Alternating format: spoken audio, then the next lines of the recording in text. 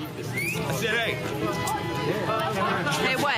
This one's for all the broken china plates. Up the Republic. Up the hobos. Up the parks. So serious all the time. The following program contains explicit material. If you are under 18 years old, please fuck off. Welcome to Spinnin' Yarns. I'm your host, Joe Amero, and I, for one, could have been dead many times over a long time ago. But for some reason, I'm still here. I've had a crazy life and met a ton of amazing people along the way who've inspired me. I'm going to invite some of these folks here to share some of their incredible and unbelievable stories with us. Who knows, we may even learn something along the way. There's way too much bullshit in this life. We need more real talk from real people. So sit back, chill out, and listen up, because we're spinning yarns. When my younger brother Harold died, we didn't have a funeral. We were all in Ontario, where our mother was recovering from an emergency hysterectomy. He died in Red Deer, Alberta from a fatal overdose of fentanyl and heroin, and our mother's body instantly went into shock and stopped healing from her procedure. Death will always bring out both the best and the worst in people. Members of our family generously offered to have my brother's body flown home to Ontario. The best. Mom said she was in no shape for a funeral, here, there, or anywhere. She asked me to go to Calgary, have him cremated, and bring him home. And that's what I did. Eventually. His girlfriend had taken it upon herself to contact the medical examiner's office and the local funeral home, pretending to be his wife, and without any consultation with my family, arranged for my brother to be embalmed, dressed in a suit, and prepared for viewing at her own private service. The worst.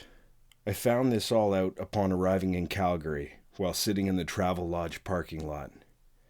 The funeral director apologized profusely for the misunderstanding when I explained that my brother did not have a wife and that I was the next of kin, and she needed to follow what I had to say to the letter from that moment on if she wanted to be honoring his mother's wishes, which she did. I had to break this devastating news to my already grief-stricken and shattered family.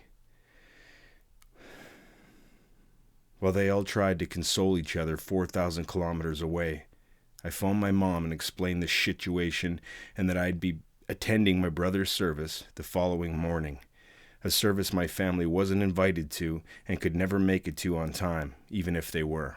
I felt so guilty, but Mom knew it wasn't my doing and assured me we'd have a massive celebration of life party as soon as she had recovered.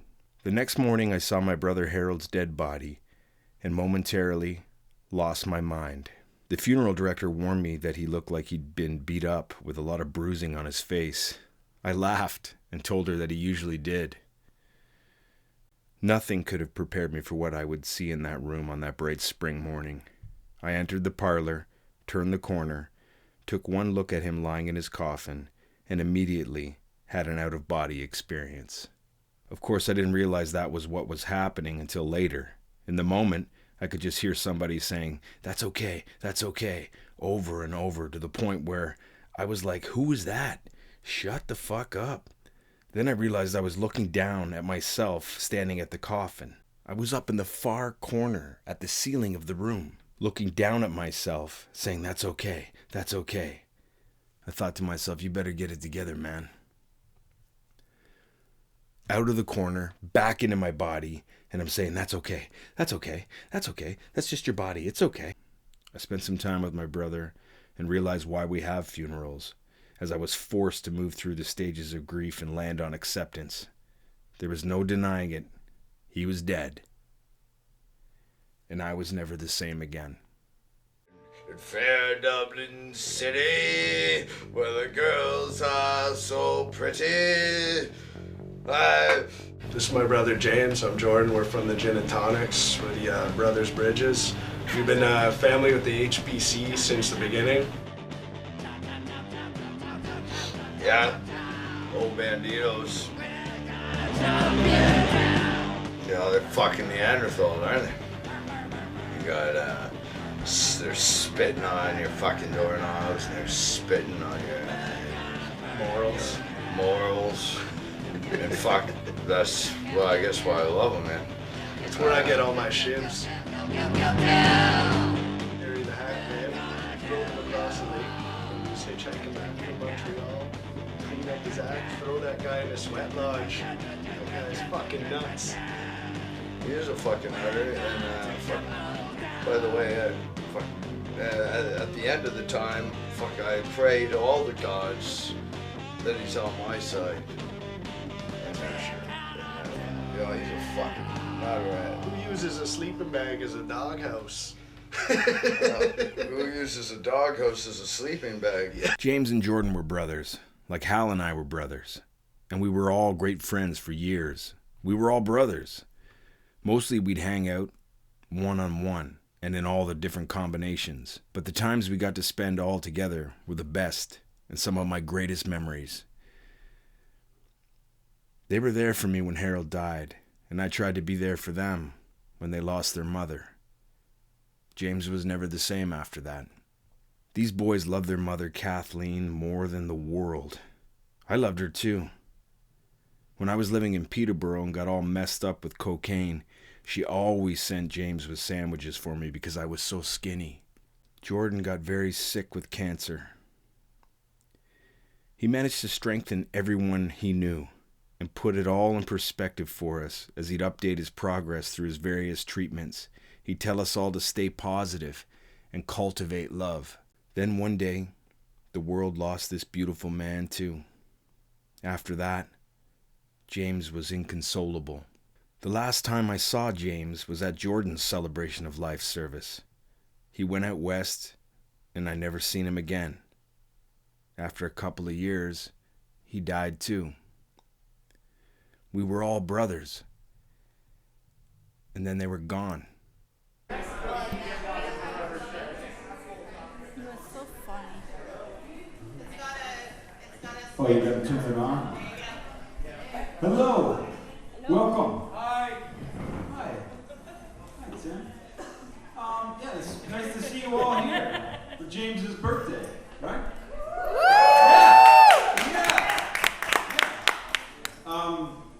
My name's Joe. For anyone who doesn't know me, or Twitch, you know, and if you do know me, I'm sorry. Yeah, I was happy to kind of try and put this together with Michelle and Shane and everybody who was involved. We'll just do a little bit of housekeeping off the top. We're going to have a couple speakers. I'm going to kind of give it some, I'm the one who's going to give the normality to the evening. I'm going to be the host. I'm the structure. So we have a couple speakers, and then our beautiful friend Ben Roll is going to play us some songs through the night. So yeah, you can preempt those applause right now.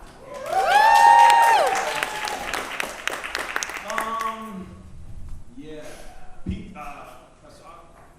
housekeeping. We have pizza, right? Jane got all kinds of gluten-free options for those weirdos. You know, there's meat, there's cheese, there's vegans, there's everything. Have a pizza, make sure you have something to eat while we have some drinks. Oh yeah, I don't think this will be an issue, but I wanted to mention there's a total parlay here this evening. If you have any beef, or you see somebody maybe you got an issue with and you want to have some words with, save it till brunch tomorrow. This is a peaceful, you know, celebration of life for the man. So parlay, you heard that, right? Yeah. Soft drinks. There'll be complimentary soft drinks if you're driving or don't want to be influenced to drink alcohol. Please have yourself a nice soft drink, and those are going to be on Jane. Yeah, so put it on my tab. Yeah. How do you like that? How do you like that? Thanks, Jane. Yeah. What? Oh yeah. My lovely wife Kendra made some beautiful vegan cookies. They're the ones in the back marked with cunt. They're shaped like hearts. Yeah. Beautiful little cunt cookies. Yeah. And you don't help yourself if you feel like you need a nibble, you know. But there's a donation donation box in the back too. So if anybody has got a little extra cheddar, you know, reach in your pocket, pull out like, you know, $5 or $10, and keep that for yourself and put the rest in the box. 'Cause that's for, yeah, that's a good one, right? Yeah.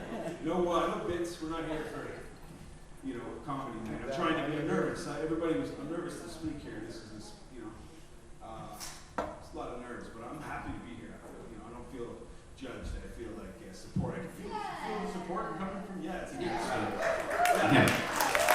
Good looking crowd. Look at this showbiz shit. Well, I'll tell you, one side's good looking. I don't know about the other side. That's a show business. We've got to thank Miles Connor for putting together those wonderful prints and all of those t-shirts. If you ordered a t-shirt, please see Miles and give him $5 that it costs for the shirt and get yourself a print. It matches perfectly with the Jordan print. They're wonderful, Miles. You did a fantastic job. Thank you very much. Thanks for the design, Joe. Oh, yeah. And Mary for drawing. Mary, yes, that's on my... I got fucking... Mary, of course, for designing the beautiful, beautiful prints that we're going to adorn our, mature adult homes with and frames. Better match my doilies. Yeah, that's about it. I brought some harm reduction supplies. If you know, they're going to be here too. Grab them if you need them. If you need them, they're here. Just come see me. Got all kinds of shit. Have a naloxone ticket with you. You got a business. I know they do that here too. You're not in a different planet. There's harm reduction people, but I brought it here for us here tonight. So if you need it, take it. I have it. And if you don't, I got condoms too. You can go. That's about it. And parlay. So, parlay. I said parlay, right? Good. Lucky for you. No. What are you supposed to say? I was like, I'm just gonna get up there and fucking. There's gonna be some cursing in the program. That might have been the first F-bomb, but I've said it several times, haven't I? Never mind. Never mind. It's like I'm just gonna wing it. I don't need to, James. I could talk about him all day. I don't need to prepare anything. And then when I just sat there in my chair for exactly 1 minute and tried to picture myself just winging it, I started to cry. So I was like, maybe I better write some shit down. And then I was like, what do you write? So if you're feeling nerves, we all feel that way, but we're all here together. And if you want to come up and speak, come see me, and I'm happy to intro you. We'll give you a big warm round of applause, and we're all here for James. So you can't, how bad could you embarrass yourself, really? I met James. There's nothing special about me that why I'm up here. I volunteered. I was with Jane. It was like, I'll go up and MC it and try and give it some structure. I have not have Toastmasters graduate or anything like that. I just was, of course, happy to do it to try and help where I could.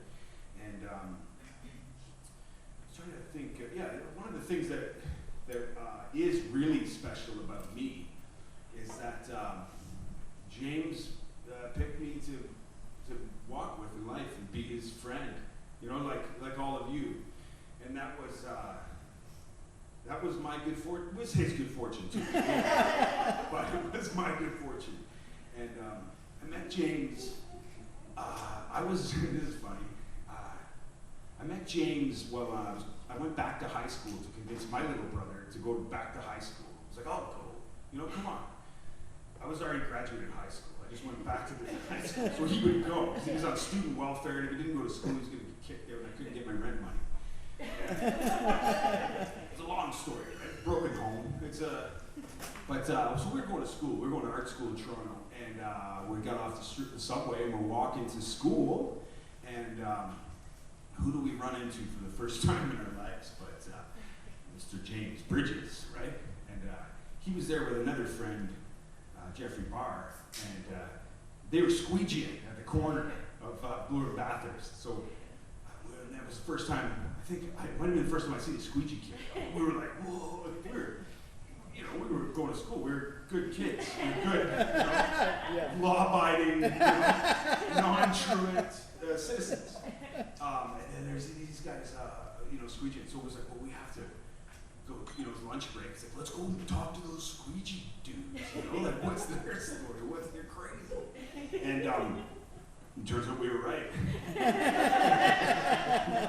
So then I started to get to know him through the school year. I'd go to school and he'd go to work there, squeegeeing. And then we meet at lunch and we play chess at the little parkette behind Bathurst Station. And so that's what I thought of when I was thinking of what to say about James. It's like, we'll start at the beginning, right? He gave me this copy of Steppenwolf by Herman Hesse. And I thought it was pretty fitting if I read the entire book. We'll start with the preface. This book contains the records left to us by a man who, according to the expression he often used himself, we called the Steppenwolf. Whether this manuscript needs any introductory remarks may be open to question.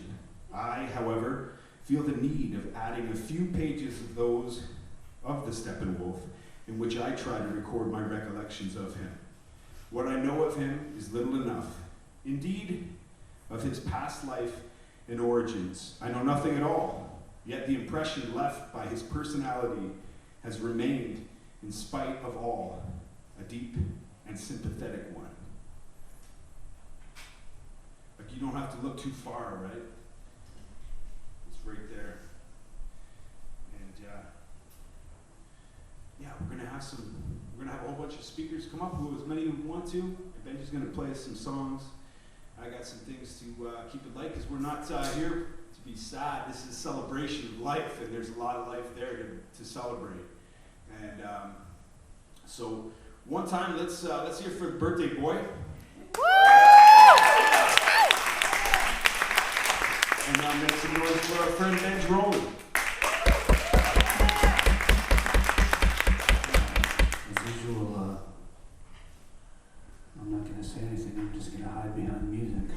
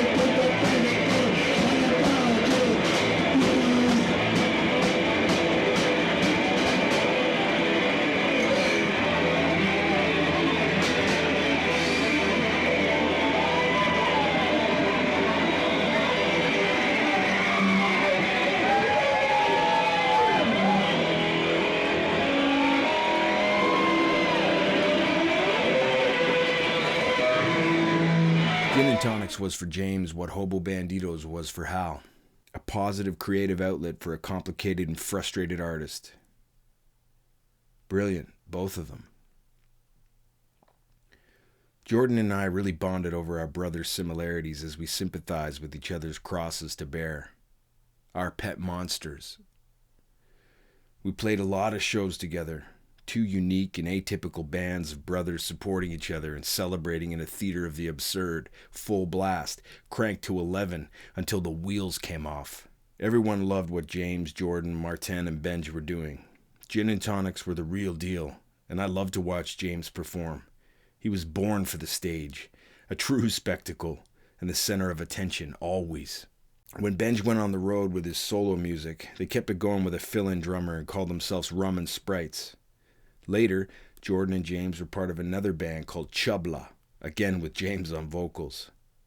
There's some video of their shows, and both G&Ts and Chubla cut records, so we have the great fortune of these recordings left behind, a piece of them for us to keep in this world with us along with their legacies. Through music, we live forever. Yeah, so we'll give him a break. He's working hard, right? Benj rolling.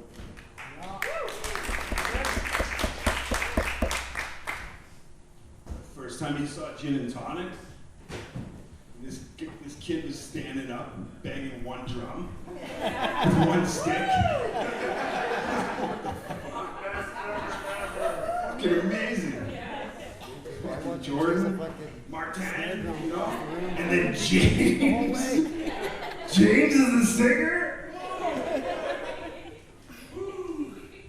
That's good stuff. I had them down every chance I had, man. We had Gin and Tonics. People were like, holy fuck off. Gin and Tonics is the Hobo Bandito show. We know you guys love each other. And then when they got sick of us there, we'd just come here. And they got sick of us here pretty quick, too. What do I have? Shit. Oh, these notes are pretty messy. Wow. Yeah. So then after I was looking into Herman's manuscript here, I started looking around to see where else I could find James. And like I said, you don't have to look too far. A couple quotes for you here. The most important thing to remember about drunks is that drunks are far more intelligent than non-drunks.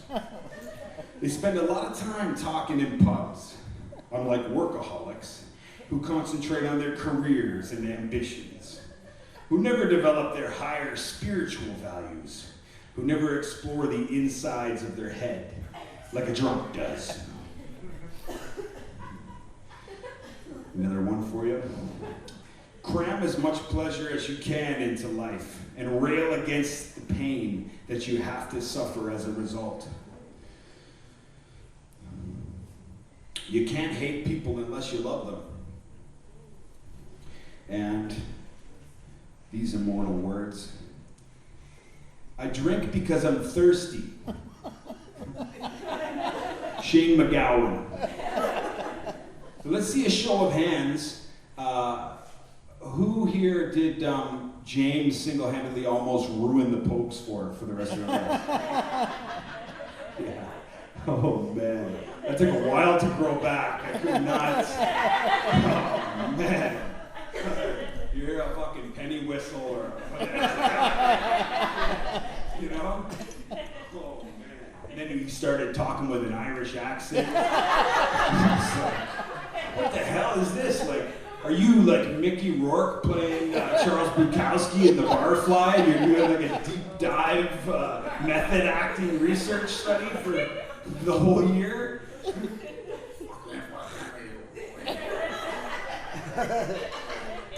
He's Irish now. I don't know. But like when he liked something, when James liked something, he liked it a lot. You know? And if he liked you, you fucking knew it. He loved you. He was a very, very emotional guy. He was not shy. He was not a shy person to not let you know, like, hey, I kind of like you. Like, you know, he fucking loved you. And he fucking loved the pose. All right, speaking of the pose.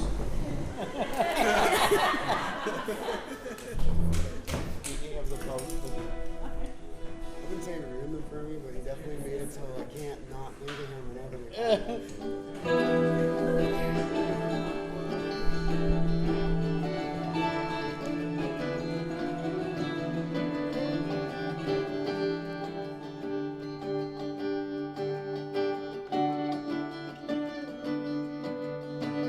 One summer evening, drunk to hell, I sat there nearly lifeless.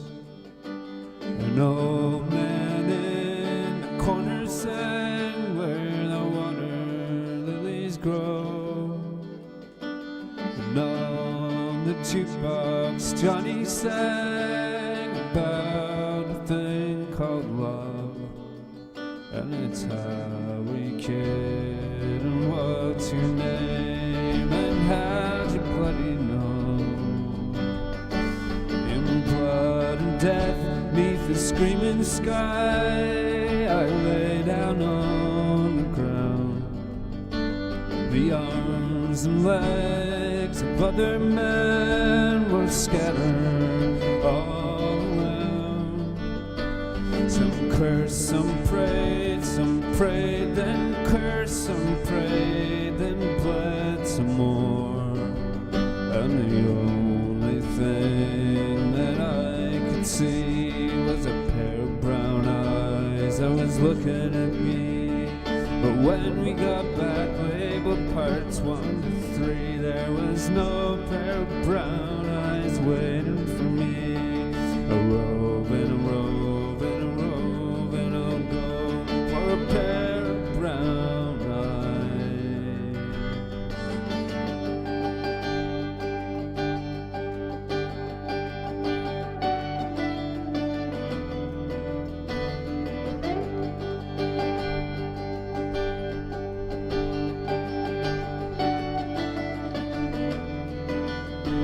I looked at him, he looked at me, all I could do was hate him. While Ray and Philomena sang my elusive dream, I heard the streams, the rolling hills where his brown eyes were waiting.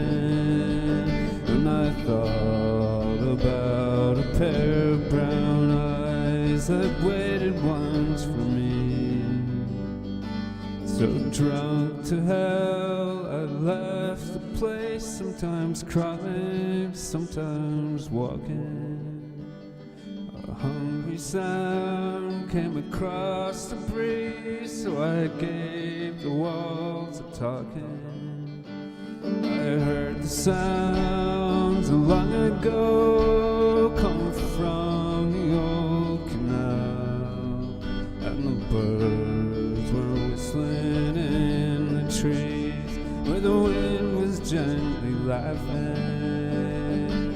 And a rove and a rove and a rove and I'll go, a rove and a rove and a rove and I'll go, a rove and a rove and a rove and I'll go for a pair of brown eyes, for a pair of brown eyes.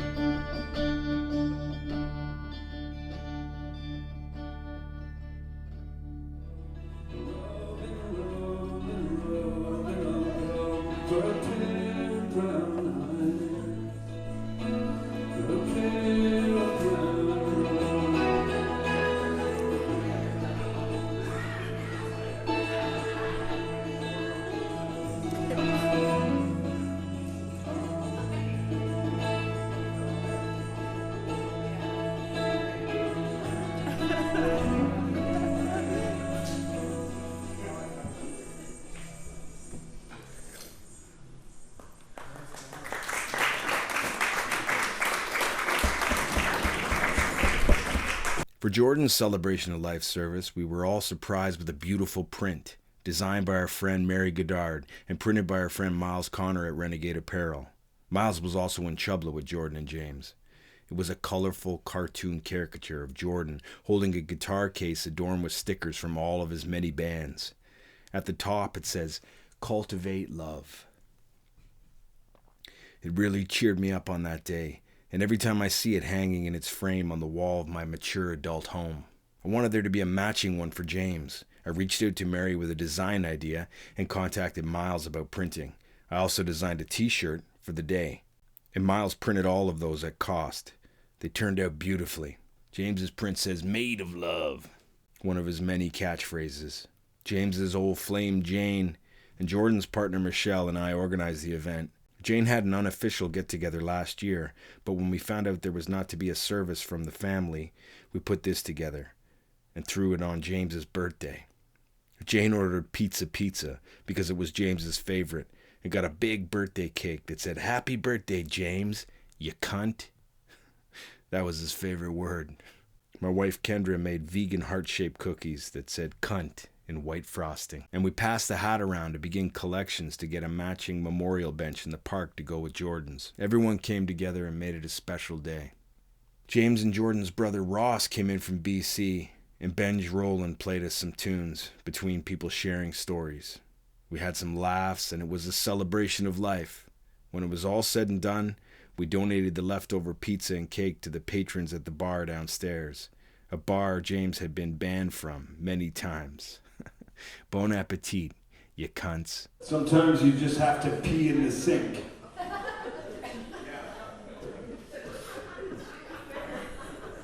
Almost everybody is born a genius and buried an idiot. The free soul is rare, but you know it when you see it. Basically because you feel good, very good, when you are near or with them. People run from rain but sit in a bathtub full of water.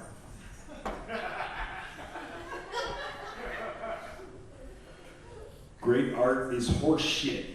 Buy tacos. Charles Bukowski. One of the greatest poets in the world, if you don't know.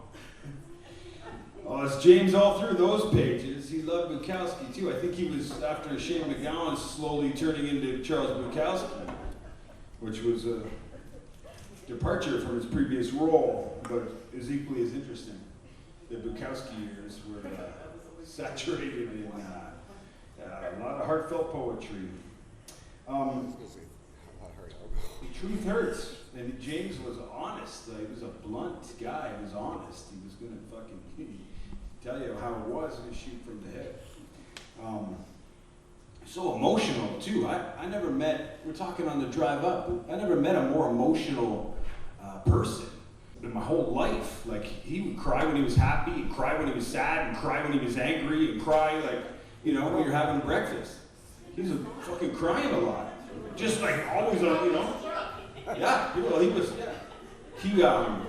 but he was that passionate, he was that emotional, he was really that sad, that he was really that angry or that happy. He'd cry, when he seen you, because he was so happy to see you, and then cry when you were leaving, because he was so sad that you were leaving. And the whole time you were together, sometimes you would sit and get drunk and cry about how much you loved each other, you know? Very emotional guy, and we just tried to, I could only speak for myself, but I always just tried to understand him, you know, like, what, like he was like they talk about an enigma wrapped in a riddle, you know, stuffed in the middle of a Toblerone package and wrapped in, you know, like cellophane, and you couldn't unpack that. It was interesting. He was an interesting guy. I can say. So emotional. But the thing is, as much as he would demand your attention, he would give you that much attention back. And he was the best listener. He was one of my best friends I ever knew, because he would listen to me if I had to cry. And it's a good fucking thing, because I put my time in. So if I had to cry, you better fucking, shut up and listen. Holy Jesus. I remember one time, check this out. We go to Montreal on the road, me and Hal and James. And he was all talk. Oh yeah, I traveled all over. I'm cool, you know. So cool, right? No problem. So we get to Montreal. The money's gone. You got a panhandle, right? You're a young Canadian with full mobility rights. You're welcome. Well within your rights to sit and have a panhandle. So we sit down, and James is like, what are you doing? So we're fucking panhandling to get some more beer. What are you doing? He's like, well, I don't pan. We're like, what? I don't pan. And they left. And then we sat there and panned, made a bunch of money, and he came back, and we're like, where were you? He was like, well, I was at the bar. I was like, we were out of money. He's like, well, I had a couple bucks. You know? I said, well, now you're broke? Yeah. Well, you're gonna have to pan with us. Well, I don't pan. And this guy, we said, why don't you pan? And he says, well, it's just not my style. And then he reached down and took the money out of the hat and went back to the bar.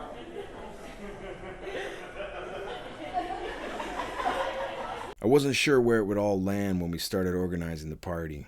James had managed to piss off and disappoint a lot of people towards the end as a side effect of his drug use, but everyone who was able was there. James was loved by many people far and wide. He touched all of our hearts. We'll never forget him. He made damn sure of that. He was a true friend, and friends are family. Family forgives, and family is forever. Oh, the other thing I really wanted to talk about is how he didn't know he was guilty.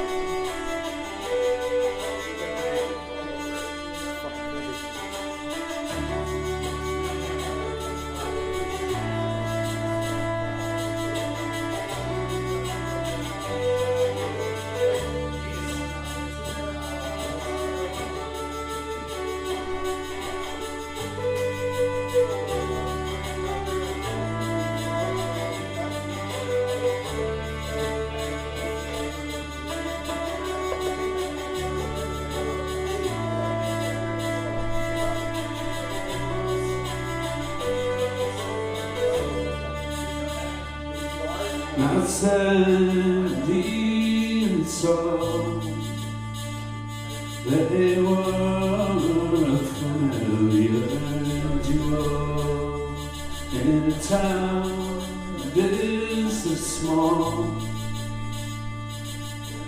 Everybody knew they were. If she didn't know their name, you know, see them for certain. And it always seemed to me like we're either high or hurting.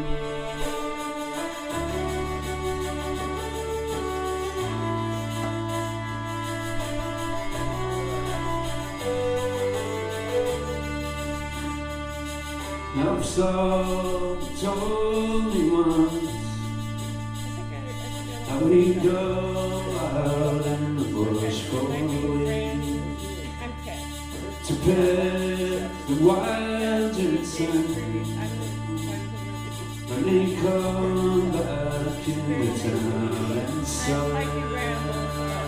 We told you that you had a house in some other place. And Sandy never spoke, as far as I recall anyway.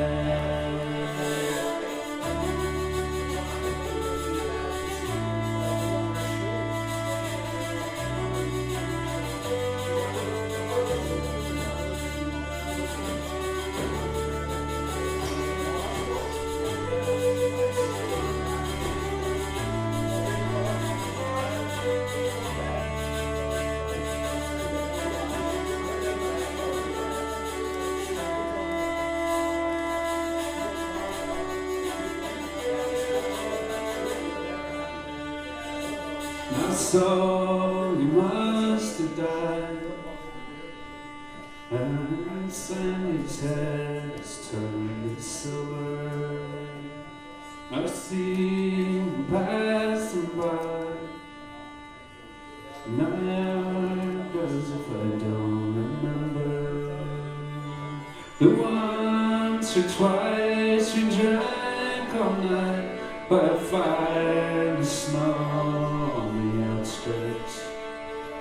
How we left them lying there because they seem like the experts.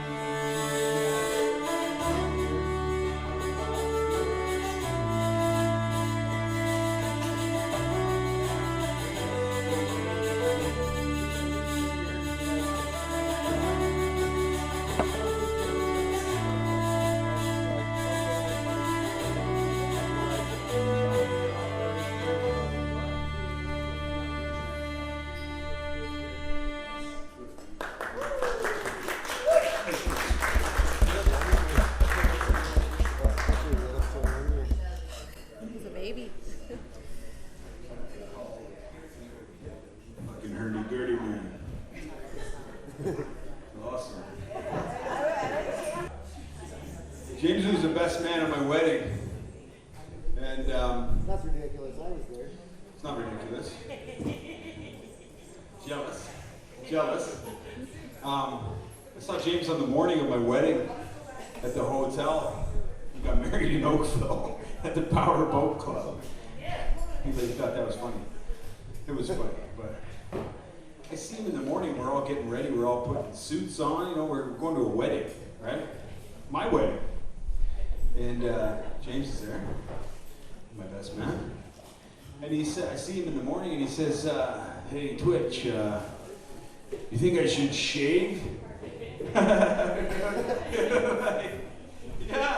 Yeah. Would you mind? Like, would you mind?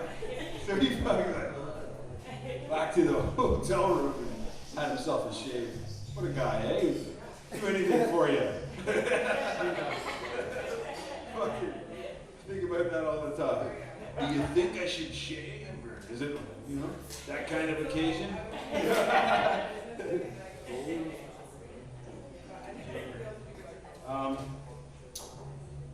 Oh yeah, here's just some more quotes.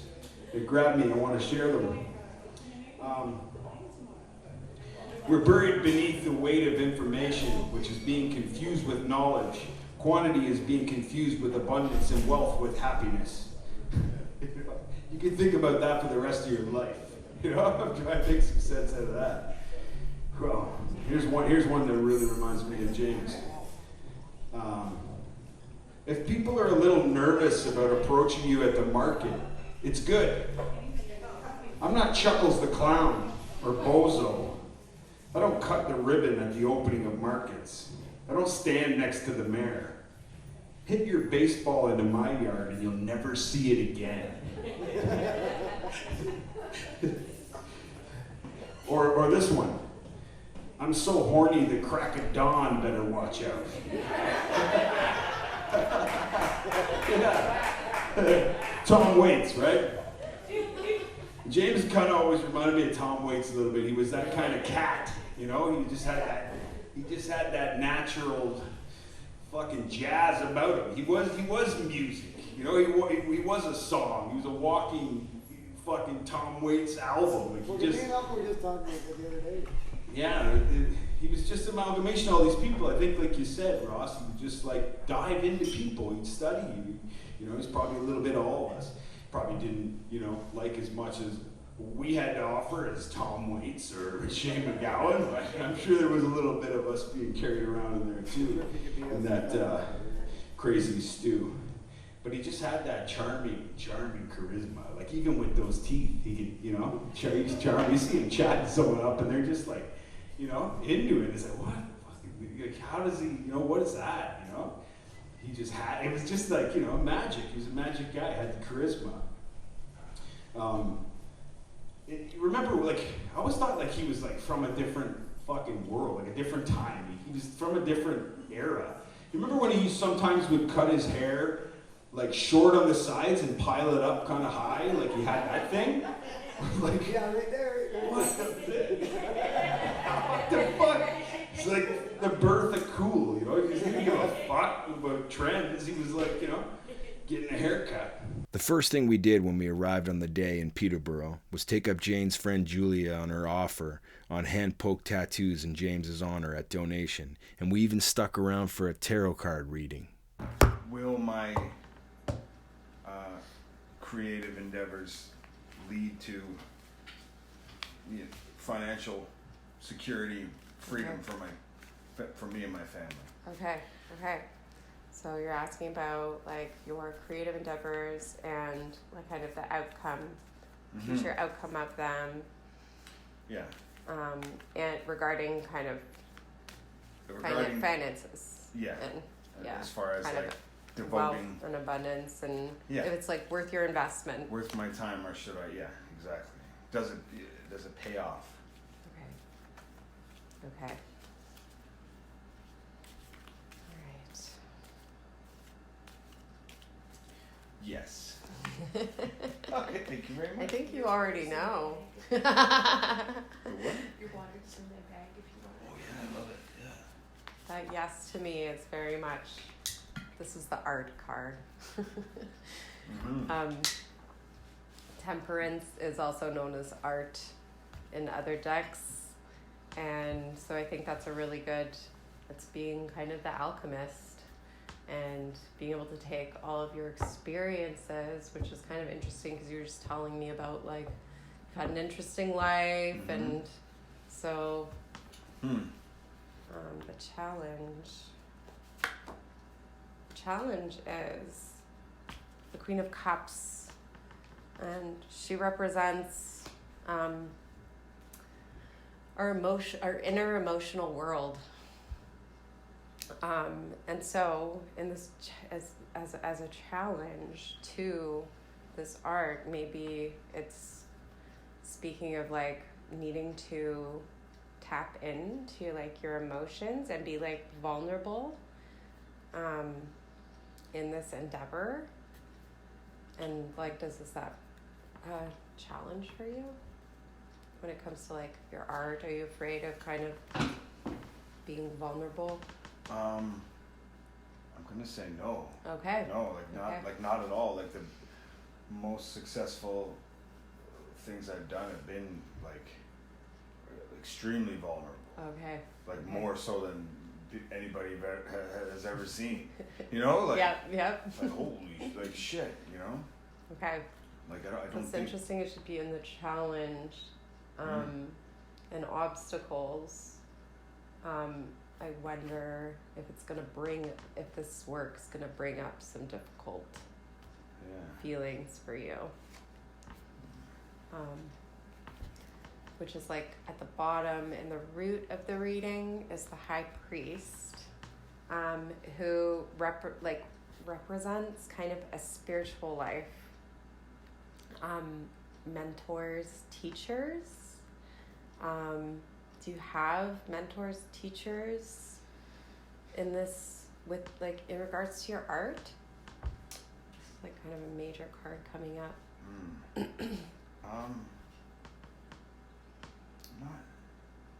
No, I wouldn't say. Are you a mentor teacher? Are you like a mentor or teacher? I wonder if this is. I don't know. Speaks to your ability. I'm kind to of be like kind of a guide to others, maybe through this. I've always been like more so like a ignorant artist, you know, just my own trial and error. That's very temperance. Never really studied anything I did under anyone except for like improv theater. I'm a humble student to what I'm trying to learn if I'm asking for it. Yeah. But I don't really have like. I'm kind of like a solo kind of thing. You're pretty solo? Yeah. Okay. I don't really have mentors. What about being that for others? Maybe through like this my work? kids, maybe, or like I don't know. There's nobody like directly like in that role. Like, I'm not in that role. I'm not mentoring anybody. Like, Yeah. other than like my kids in that capacity, you know, like I wonder if this is going to kind of lead to you being some kind of teacher or role model for others, if maybe they're going to, like, through your work, through your new endeavors, if it's going to, like, put you in a position of kind of people looking up to you with some kind of almost spiritual authority. That's good. Yep. That sounds good for my and cult. this is a great card. This is the card of basically make a wish and having that kind of manifestor energy of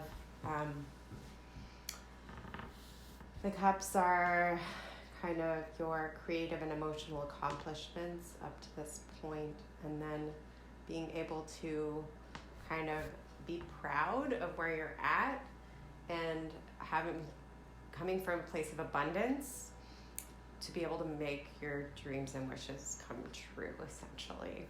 The next card is like the dreams come true card, and so there's cups coming up for you with the temperance even, and the Queen of Cups and the Nine of Cups.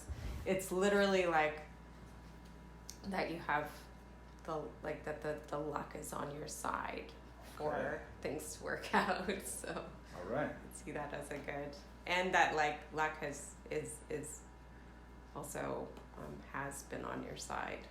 So cool. Yeah. The Five of Wands is making things work by using your creativity.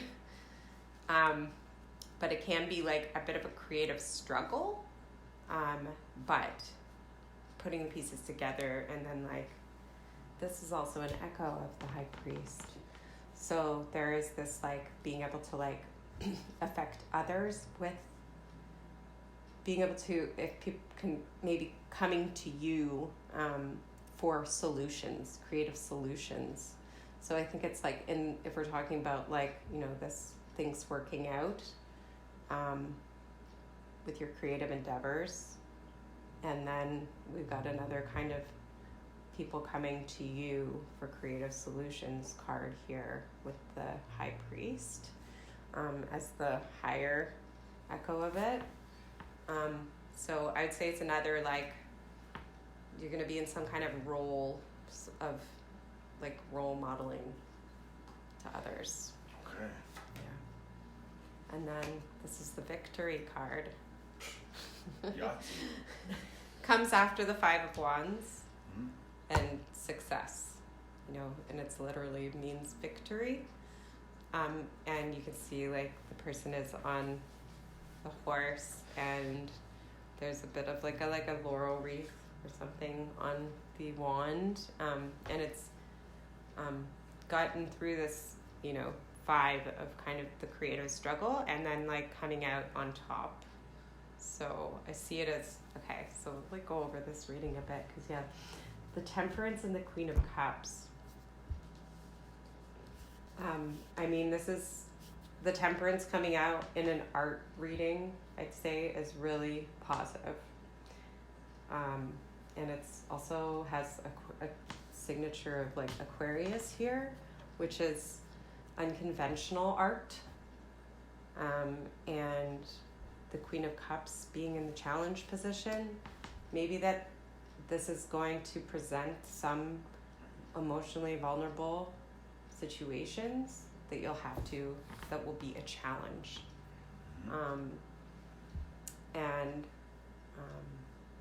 And then, you know, using that alchemist, artist energy to, you know, to present or work with those, you know, emotionally vulnerable challenges. So I think that is positive. And then the High Priest I think it's like you're going to be in a position of mentorship in some way, people looking up to you, people looking to you. So maybe also listening to you if you're having a podcast, you know, like You're making your money. And the Nine of Cups is a very positive, abundant, wishes coming true card. Yeah. So I would say keep going, keep going, and keep positive as well, because it's like, and even speak what you want. Yeah. And with this card, it's like make a wish. Yeah. Manifestation. And then that's the work and the victory from there. Yeah. Can I take a picture as these lie? Yes, totally. Yeah? Totally. That's a good reading, yeah? Yes, very good. Yeah, definitely like victory. So I would say keep at it. Definitely. Awesome. This is also like investing a lot. Yeah. And what you already did and what's going to come. And then what's to come is like actually great payoff, which is like dreams come true, happiness, and all of that. Shit. Awesome. Yeah. Thank you for that. Yeah, you're welcome. Right on. All this, calling them in. That's awesome. I believe we have a lot of the ultimate control over how our lives turn out, but I also believe in destiny. And the cards don't lie. One time we were at the Gay Pride Parade, James. With a couple of friends. We were down for the festivities. Always a good party, right? Fuck the pain away. Yeah, you know it. Don't steal my thunder because you're jealous you were my best man. You are my best man. We're standing in the line. I was talking to James about whatever, some shit. We're standing on line waiting on beer at the beer tent. We're going to buy a beer. And we're chatting, and I was saying it was my turn to talk, and I was talking, and I realized he was gone. I was like, nice, right? Thanks a lot. And then from behind me, I hear, where are you from? And I look back, and James is right there. He's got his t-shirt like tied up, right? And he's dancing. And Peaches is playing Fuck the Pain Away. Like sucking on my titties like you want me. And he's like, oh, I'm from Mount Carlton. That's the highest point in the Maritimes. Fucking the shit that will just live in my head forever, right? Like, from a different planet. Mount Carlton? I looked it up. It's the highest point in the Maritimes. After the party, a bunch of us headed back to our luxurious suites at the Motel 6. We drank gin and tonics in honor of James and had some more good laughs and heartfelt hugs. Some of us hadn't seen each other in years. It rained that entire night, like pouring tears from the black sky. The next morning, it was beautiful. Warm sunshine and clear blue skies.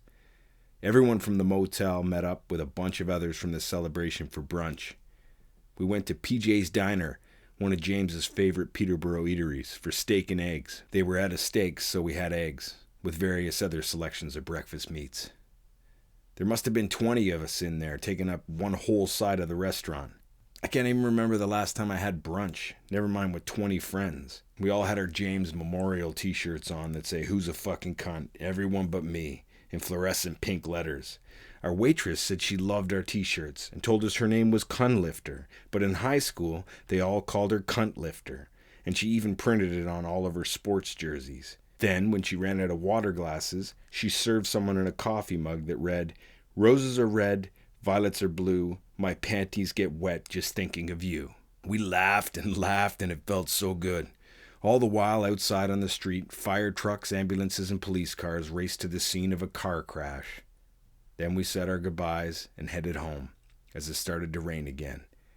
A couple days later, we all tested positive for COVID. Luck of the draw.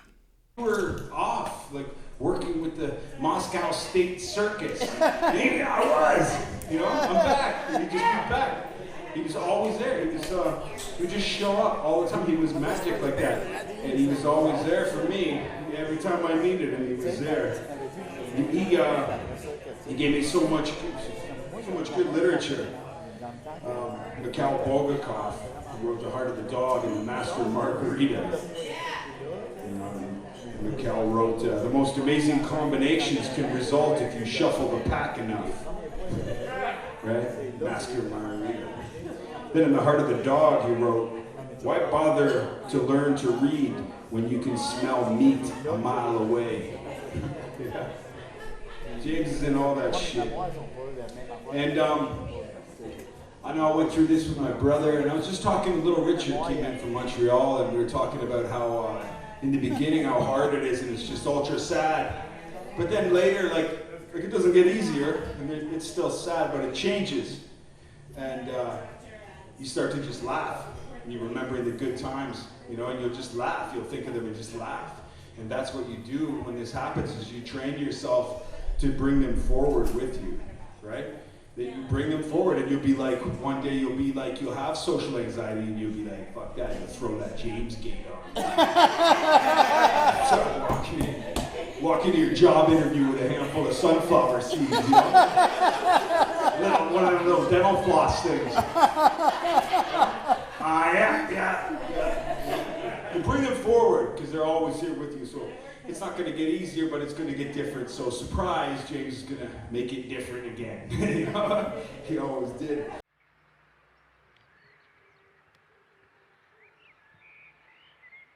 Naked and Tremors, man. Fucking love that movie. Fred Ward, fucking Remo Williams. What? Remo fucking Williams, man. That guy walked on water. Guy walked on water. He walked on water. Ran on water. Fucking Tremors. Fucking Tremors rules. And the sequels rules. They all do. The Western one. Fucking Draco. Is that 3? Is that 3 or 4? Draco. That guy Draco, man, is a Drago.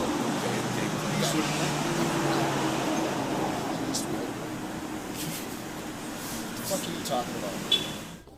No Lee Marvin either. I got sons, goddammit. I got sons. Busting out the seams of my Jesus freaks and candy asses.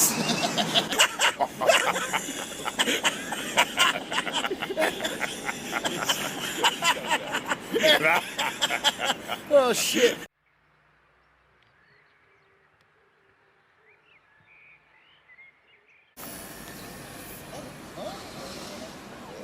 Chuckles, eh? If nobody else wants to come up and say anything, then we'll wrap it up. I got a few quotes I saved for the end. Does anyone want to say a few words before we punch you to? Good? We're good? Thanks to, what's this place called? The Only Best Theater? Gordon Shumway's House of Malt Liquor. Thank you to this establishment for having us. Jane and Ross and Michelle and all you guys for coming. Everybody for coming, for making the art, and Miles, and just everybody throwing down this real great community. Thank you all. Really wonderful. So just remember, everyone who came together to do this, like if you're feeling any kind of way, like just reach out, you know, like ask for help if you need help. Just ask for help, and if you don't know who to ask, just look around. You can ask anyone here. Just honestly, they'd be there for you. I know it. Ask for help if you need it. This book, it says, in eternity, there is no time, only an instant, long enough for a joke. And that said it all for me. Harmon Hess, Steppenwolf, and this is the copy James gave me. And then to finish off, Benji's going to play us out, but first I'd like to just see if we get an audience participation going on here while I make the best quote in literary history here when I say, who's a fucking cunt? Everyone but me. James Brydges. So let's lead it in the charge. Let's do three times out loud. Who's the fucking cunt? Everyone but me. Who's the fucking cunt? Everyone but me.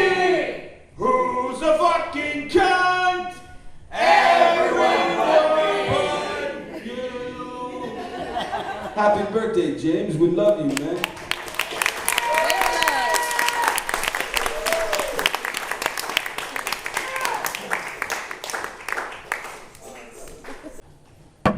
Is that a Jag stand? No, it's not. Let me use this drum machine. What's the word? Am I going to fly play? Yeah.